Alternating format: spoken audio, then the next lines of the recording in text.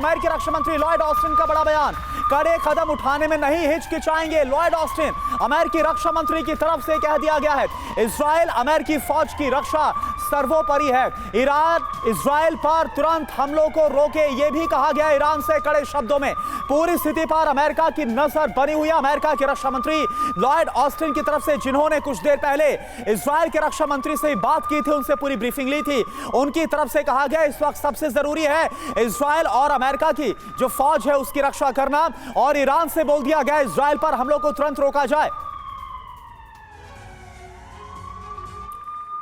और एक और बड़ी खबर इस बीच आ रही है, आईडीएफ का दक्षिणी लेबनान पर अटैक हुआ है। ईरान समर्थित गुट के ठिकाने पर अटैक किया गया है।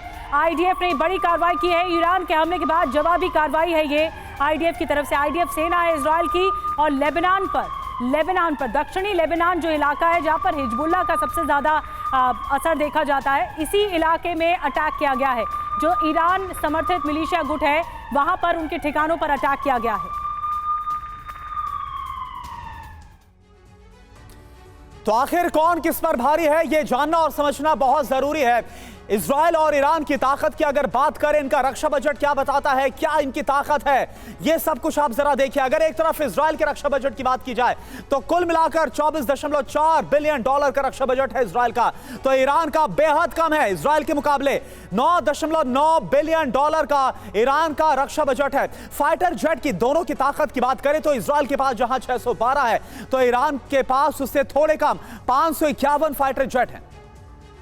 जी हाँ, और अगर हम और आपको कंपैरिजन बताएं वॉरशिप्स का, तो इजराइल के पास 67 हैं तो ईरान के पास 101 है। ईरान इस पर भारी है इजराइल के सामने। इजराइल के सामने अगर एक्टिव सैनिक देखें तो 1,73,000 है, तो ईरान के 5,75,000 हैं। तो देखिए ये हम एक ऐसा आंकड़ा दिखा रहे हैं कि कौन किस पर भारी है। टैंक्स 2200 टैंक इजराइल के पास है तो ईरान के पास उससे दोगुने के करीब 4,071 टैंक हैं। तो ईरान यहाँ पर लगातार कोशिश कर रहा है कि वो तो भारी है ही आंकड़ों में सुमित, लेकिन क्या ईरान वाकई ग्राउंड पर या फिर एयर स्ट्राइक पर भारी पड़ेगा इजराइल के? इजराइल क्या करेगा? देखिए ये कन्वेंशनल वॉर नहीं है ये। अगर आप मोटे तौर पर देखें कि ईरान और इजराइल के बीच में बहुत दूरी है तो ग्राउंड फोर्सेस का ऑपरेशन इसमें नहीं दिखता, लेकिन ये जरूर है कि ये आप कह सकते हैं कि ये मिसाइल अटैक्स करना, लगातार ड्रोन अटैक्स करना, यानी जो नया वॉरफेयर है जिसको हम न्यू वॉरफेयर कहते हैं कि ड्रोन अटैक का, ये वो है। और इसमें सबसे इंपॉर्टेंट बात ये कि इसमें ईरान ने अपने आप को बहुत मजबूत किया है। पिछले 5-7 सालों में ईरान ने ना सिर्फ अपनी ड्रोन शक्ति को, अपनी मिसाइल क्षमताओं को बहुत आगे बढ़ाया, बल्कि दुनिया भर के कई देशों को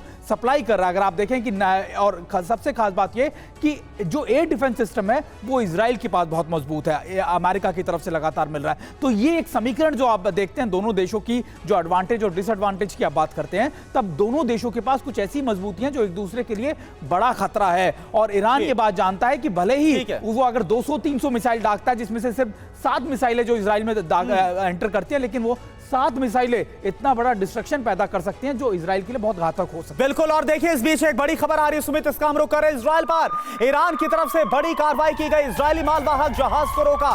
ओमान सागर और फारस की खाड़ी में इजरायली मालवाहक जहाज को रोका गया। आप देखिए तस्वीरें, इजरायली मालवाहक जहाजों को जब्त करने की धमकी भी दी गई है। बाकायदा जानकारी मनीष सामने आए कि हेलीकॉप्टर के जरिए जो IRGC के जवान है वो उतरते हैं इजरायली मालवाहक जहाज में। ये कोशिश क्या है, ये हो क्या रहा है?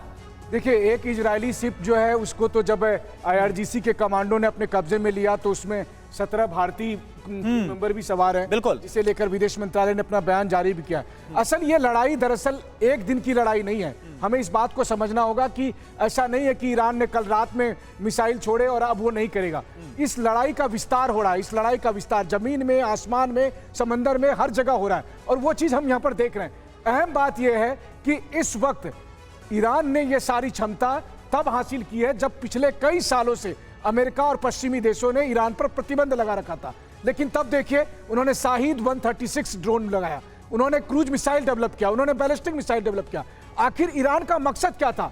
ईरान का मकसद इन्हीं दिनों के लिए था कि वो इजराइल पर हमला करेगा और इजराइल ने वो मौका दिया। और अब आने वाले समय में आप देखेंगे कि ईरान धीरे धीरे किस तरह से इजराइल और सहयोगी देशों को उस क्षेत्र में जो है युद्ध की जद में लेकर आना। मतलब वो चौतरफा घेरने की कोशिश कर सकता है, ईरान अपने पाले में ले सकता है कई मुल्कों को। एक और बड़ी खबर इस बीच आ रही है, ईरानी हमले पर यूरोपियन कमीशन का बयान आया है।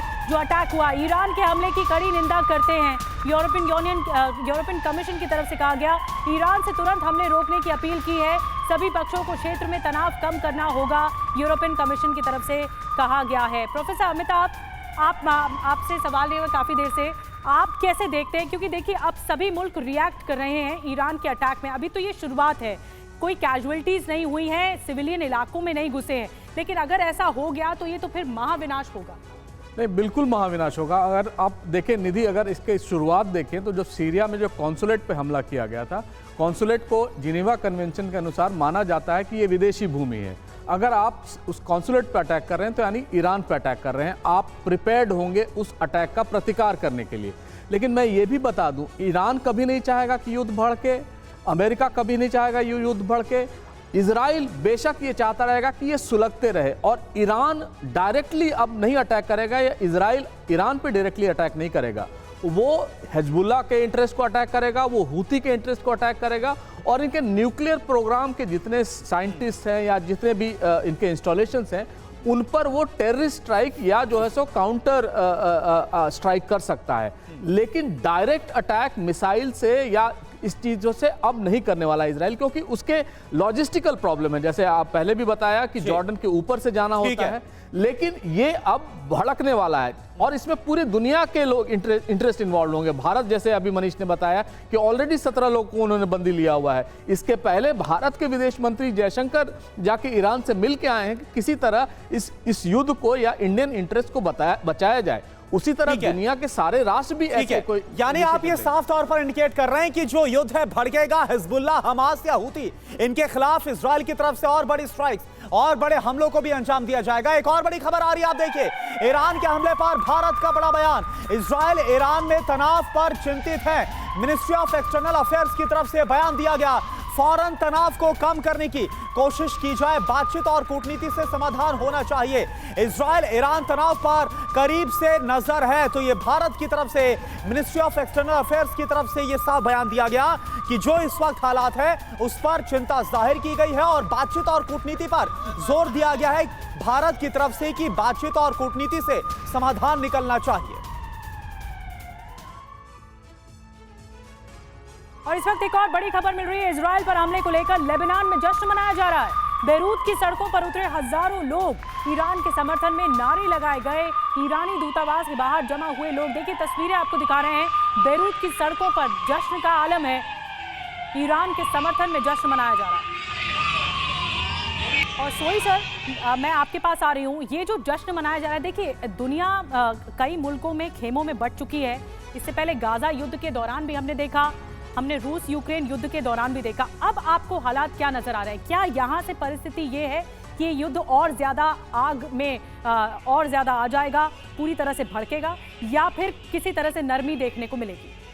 ऐसा है कि ये अभी नेक्स्ट लेवल पे लड़ाई आ गई। अभी तक देख रहे थे हम कि प्रॉक्सीज के थ्रू चला था, ईरान और इजराइल की लड़ाई चल रही थी, लेकिन ईरान अपने प्रॉक्सीज का इस्तेमाल कर रहा था। हिजबुल्लाह, हमास, हूती, इनके द्वारा इजराइल के ऊपर हमले जारी थे, अमेरिका के इंटरेस्ट के ऊपर हमले जारी थे, अमेरिका की बेसिस पर सीरिया में, इराक में हमले किए जा रहे थे।